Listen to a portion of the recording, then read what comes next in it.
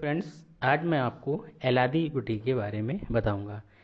इसके कई गुण हैं, जैसे किसी को भी कफ है, जुखाम है या अंदर शरीर में कफ है तो वह कफ की दवाई खाते हैं, उनको गर्मी बढ़ जाती है, या ये कहें कई बार गर्मी होती है शरीर में तो गर्मी को दूर करने के लिए कोई भी दवाई खा लेते हैं तो ऊपर से जुखाम हो जाता है, कफ हो जाता है। दोनों तरफ से कंफ्यूज हो जाते हैं कि अब करें तो क्या करें। गर्मी निकालते हैं तो ठंड बढ़ जाती है, ठंड निकालते हैं तो गर्मी बढ़ जाती है। तो इसलिए आपको एलादी बटी इसमें मदद करेगी, यानी यह कफ और पित्त दोनों को एक साथ बैलेंस करती है।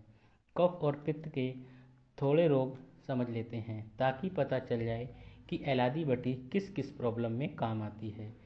पहले तो पित्त रोग के बारे में समझ लेते हैं। पित्त को यह बटी समन करती है, मतलब पित्त को ये शांत करती है। पित्त के अंदर जैसे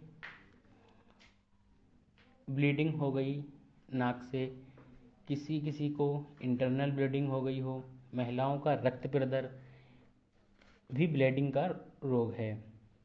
इसके अलावा आंतों में अल्सर हो गया है, इसकी वजह से आंतों में जख्म है, यह भी ब्लीडिंग का रोग है।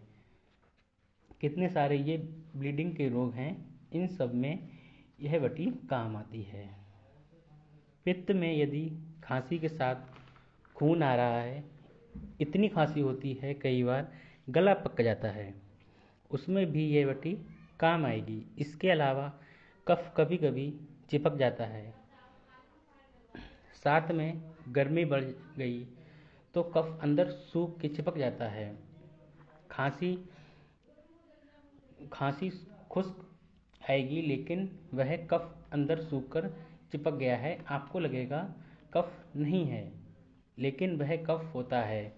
कफ अंदर चिपक जाता है तो उस कफ को भी यह पिघला कर बाहर निकालेगी। कई बार कफ चिपक जाता है अंदर तो गले के किसी भी ट्रैक में, उसकी वजह से कान बंद सा लगता है, आपका जी मिचलाता है, आपका गला सूख जाता है। ज़्यादा गला सूखना भी पित्त की समस्या है। तो इन सब चीज़ों में यह गोली काम आएगी। इसमें जो चीज़ें डाली गई हैं इतनी आम घरेलू यूज़ की हैं कि आप ये नहीं कह सकते कि ये लूँ कि नहीं लूँ। बड़ी कॉमन सी चीज़ें डाली गई हैं इसमें। हरी इलायची, मुलेठी, दालचीनी, तेजपत्र, मुनक्का, मिश्री, खजूर।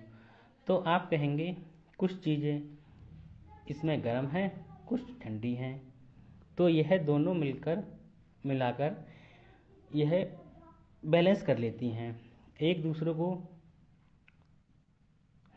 थोड़ा थोड़ा।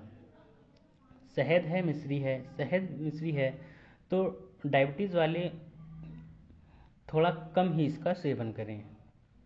बाकी सब लोग दिन में इसकी 3 से 4 गोलियां चूस सकते हैं।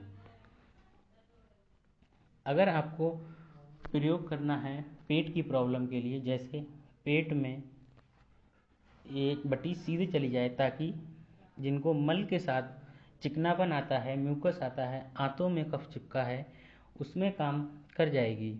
अगर आपको लगता है कि पित्त को ही अकेला शांत करना है, उस वक्त आप पानी से भी इसे ले सकते हैं।